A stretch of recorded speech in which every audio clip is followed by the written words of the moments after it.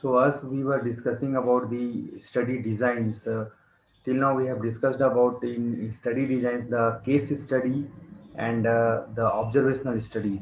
So today we are going to discuss about the interventional studies. So when it comes to the interventional studies, it can be divided broadly into two main types. The first one is the controlled clinical trials or simply clinical trials, or we can say trials, right? In which the individuals are assigned to one of two or more competing interventions, right? The participants, right, individual participants, we are going to assign to one of two, right? So in that we are going to do test the particular drug, vaccine, sera, or the new chemical entity, where we are going to find out the efficacy of that particular chemical constituents. The second one is the community trials or field trials, in which the entire groups, for example, villages, neighborhoods, schools, or districts, are assigned to different interventions or different trials, right? So entire now in COVID-19, the vaccine trials, when it is going on, it will be done into the different phases, right? Phase 1, phase 2, phase 3. Like you might have heard that some vaccine it is there in the phase 3, some vaccine it is there in the phase 2. So where the group we are involving, the entire village, we are giving that vaccination on a random manner, so that we are seeing that whether it is proper safe or not, if the effectiveness is there or not in different states, right? So the interventions can be quite varied. For example, the administration of a drug or a vaccine or a dietary supplements, performance of diagnostic or therapeutic procedure, and the introduction of an educational tool. We are going to observe everything, that whenever we are giving the vaccine, first we are seeing that whether it is giving any harmful effect or not, what is the kind of symptoms are developing into the group of people. Forget about the effectiveness. Suppose if it is anti-diabetic drug, instead of decreasing the blood sugar level or urine sugar level, whether it is increasing or not. And forget about diabetes, whether this particular new drug, it is giving any other types of side effect or not, that we are going to observe, right? The second one, depending on whether the interventions is aimed at preventing the occurrence of disease, example, administration of a vaccine or boiling of water or distribution of condoms or of an educational pamphlet, right? At providing relief to the curing patients with the disease, for example, antiretroviral viral drugs in HIV infected persons. A trial may also be referred as a preventive trial or therapeutic trial. That's what I told you. Whenever we are giving a new drug or new vaccine, first we are seeing that any other type of life threatening symptoms should not develop, and it should not give any other types of adverse effect.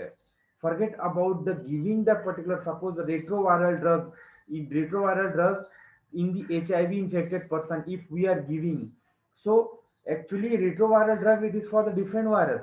So whether it is acting or not, instead of acting, it is giving other effect or not, that we are seeing. Then we are coming to the actual effect of whether it is giving the active against the human deficiency syndrome virus or not, that we are going to observe. That's what it is also referred as a preventive trial or therapeutic trial. So there are different types of interventional studies design. The first one is the randomized controlled trial. The second one is the non-randomized controlled clinical trials. Third one is the interventional studies without concurrent controls.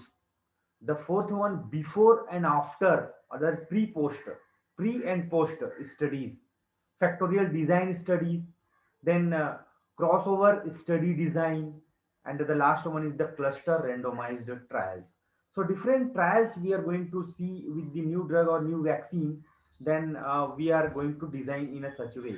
The randomized control trial. Let us understand what is the randomized. As the name indicates, in the randomized control trial, a group of participants fulfilling certain inclusions and exclusions criteria is randomly assigned to two separate groups, right? Each receiving a different intervention. A random assignment implies that each participant has an equal chance of being allocated to the two groups, right? So the participant, those who are involving into the study, they will be having the chances, equal chances to the in the two group, right? The control group will be there, the test group will be there. So randomly we are going to select. It is not that the from one family we are started taking the people, two people. No, from one family one people, then fourth family one people. That's called random, right? The use of randomization is a major distinguishing feature and strength of this study design. A well implemented randomization procedure is expected to the result in two groups that are comparable overall when both measured and unmeasured factors are taken into the account or taken into the consideration, right? So that's what the measured and unmeasured, right? So well implemented randomized procedure expected to result in a two groups, right? Where we can compare that in the control group, what is the effect onto the people, in the test group what is the effect on the people, right? That's what here it is like a same like a, what do you call animal model. Here only we are going to take the human volunteers.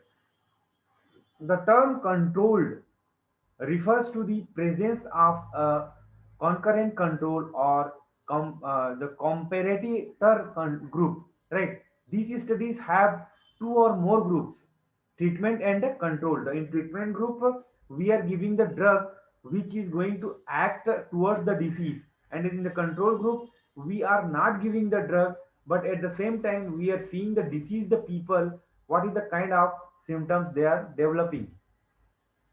Non-randomized controlled clinical trials.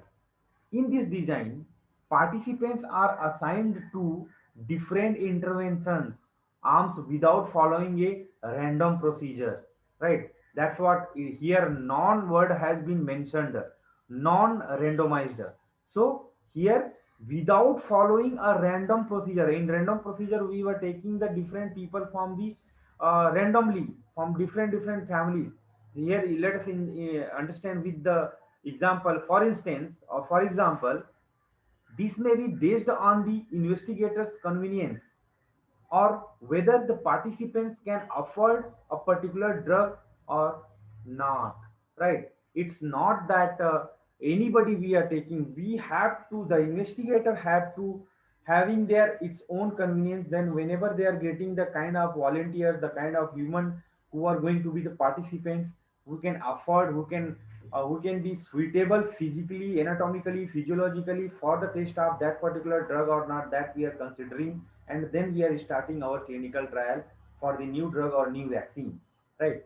Although such a design can suggest a possible relationship between the intervention and the outcome, it is susceptible to bias, with patient in the two groups being potentially dissimilar, and hence validity of the result obtained is low, right?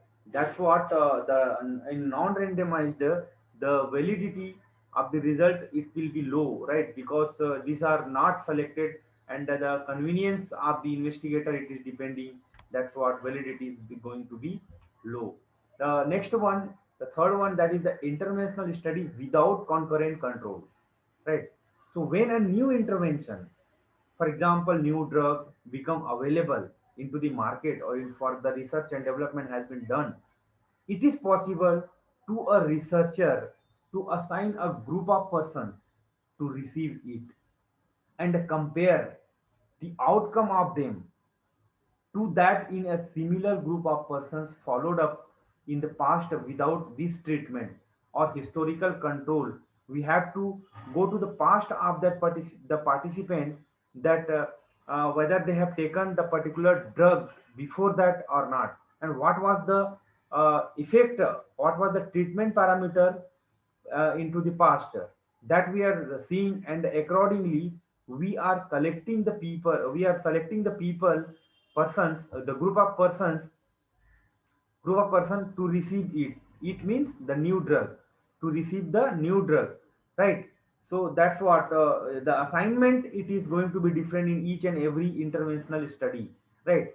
So coming to the next one, that this is liable to a high risk of bias. The risk of bias, it is going to be high, though differences in the severity of disease, the severity of disease, we are going to have the difference, or other factors, other side effect, adverse effect, contraindication, drug interaction in the two groups, or though improvement over time in the available supportive care. So whatever the supportive care we are giving, suppose if it is COVID-19 patient, so what are the paracetamol or erythromycin we are giving, or some other things we are giving to control the symptoms. So at that time, we can see the improvement over the time, right? The next one is, the fourth one is the before and after. That is also called a pre and post studies.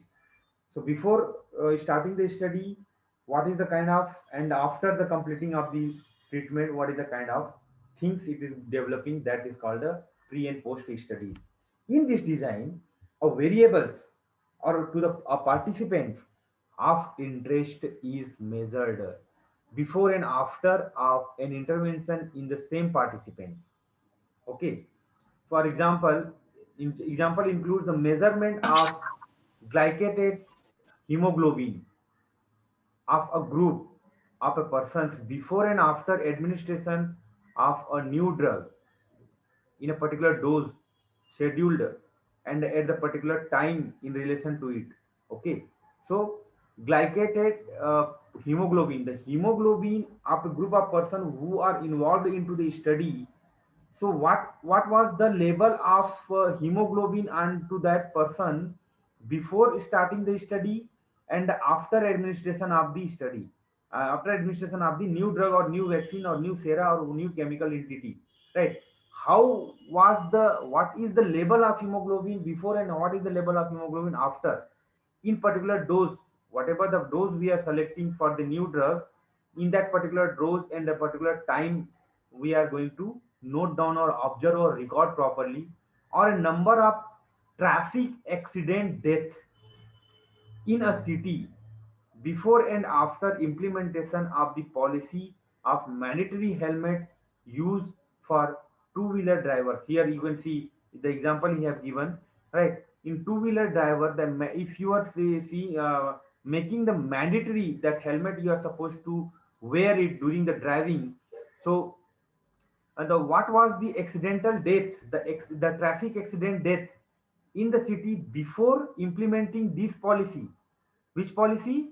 Which making the mandatory to wear the helmet, and after removing this policy, what is the accidental death?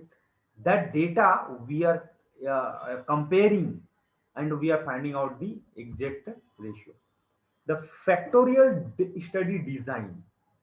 If two or more interventions are available for a particular disease condition, anti-cancer and cancer, that AIDS, or COVID-19, or whatever it may be, it the relevant question is not only whether each drug is efficacious, but also whether the combination of the two or more efficacious than either of them alone, right?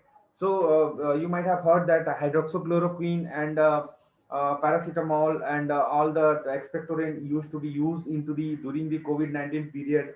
So the starting this combination, it was working very nicely. Then later on, it has been reported that the hydroxychloroquine is having the cardiac arrest kind of situation it is developing. So we need to understand that the in factorial how it is going to be effect, right? The whether each drug is efficacious, That only we are not considering, but also the combination of these two drugs, combination when it is giving what is the kind of things it is developing, right? That's what factorial. This design allows the comparison of each intervention with the control group and the comparison of the true intervention with each other, and also the investigation of possible interaction between two treatments, whether the effect of the combination differs from the sum of the effects of A and B when given separately. Paracetamol separately given, so what is the kind of, and hydroxychloroquine given, what is the kind of, then if you are giving together what is the kind of effect. So that's what comparison of each intervention with the control group. Control group means we are not giving the other things, right? Then comparison of two intervention, if you are giving alone paracetamol, so what is the condition, what are the kind of symptoms here, what are the kind of control you are going to observe. Then when you are giving alone hydroxychloroquine, what is the kind of each other, with the paracetamol patient and with the hydroxychloroquine patient, what is the kind of differences you are getting. Then investigation of possible interaction when you are giving together in the two treatment. So what is the type of control you are going to observe, that we are going to note down. Next one, the crossover study design. Crossover, as the name indicates, crossover, right? So let us understand.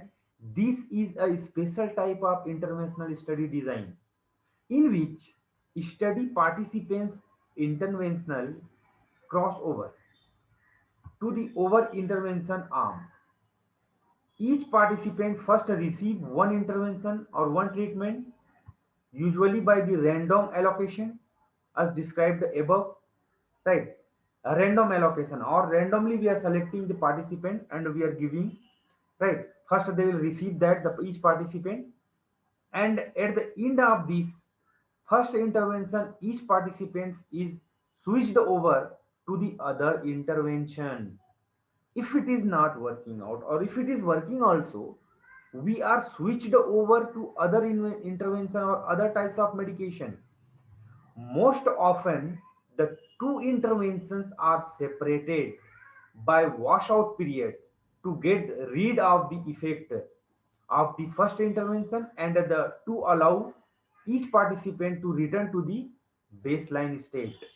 Okay, that's what the two types of study is going on, which is crossing over each other. Then we are noting down the responses from the human volunteer, from the participant. For example, in recent study, the obese participants underwent 2 5-day inpatient stays, right? 2 5 days, right?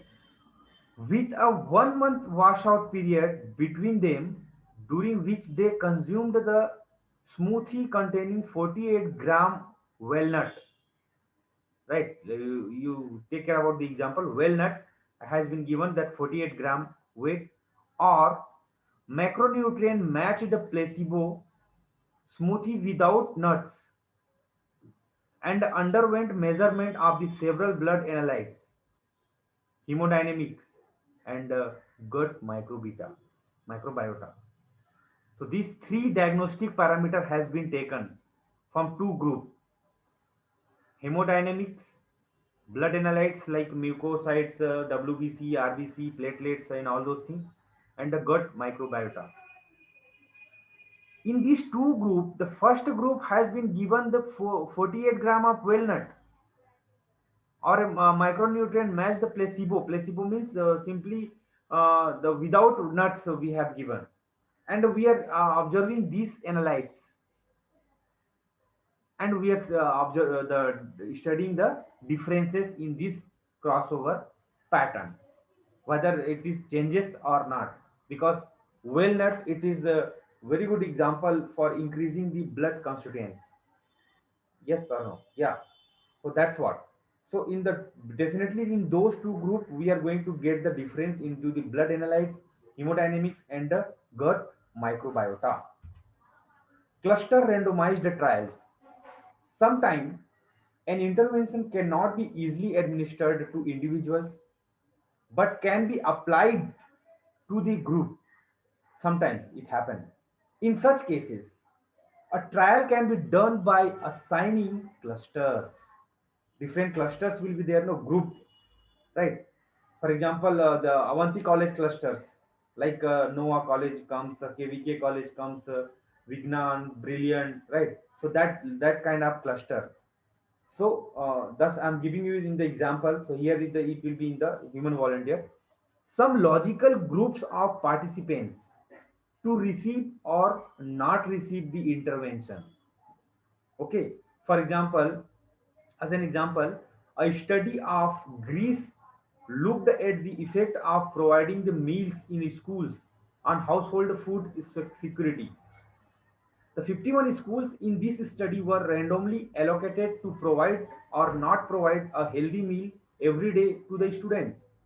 The schools in both the groups provided the educational intervention, right? So that's what that the lunch they are providing. No, so then 51 schools in this study were randomly allocated to provide or not provide the healthy meal per day to the students.